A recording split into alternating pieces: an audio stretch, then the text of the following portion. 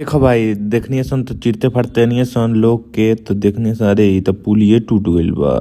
Hello guys, हमारा नाम है सैफ और हम बिहार में रहे नहीं। हमारा मिल गया कुछ काम जीएस करवाए के जोन वोटर आईडी जोन लागता जोन सरकार नया रूल अप्लाई कैले बा तब फोटो वोटो लागल तो फोटो कटवाए लगनी ओकरा बस से चल देनी कहनी जमा करे तो कहलन भाई कि इमे इमे खोज लो अगर ना मिली तो जाके एगो जीएस करवाओ नया अप्लाई होई।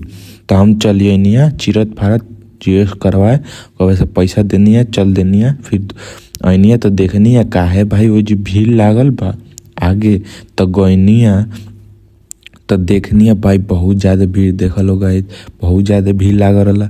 फिर गईनी है चीरते फाड़ते तो देखनी है लो ये तो पुलुए पूरा भस गइल बा जौन बम नहर में से आवेला। ये बिहार गए जे कुछ हो सकेला ठीक।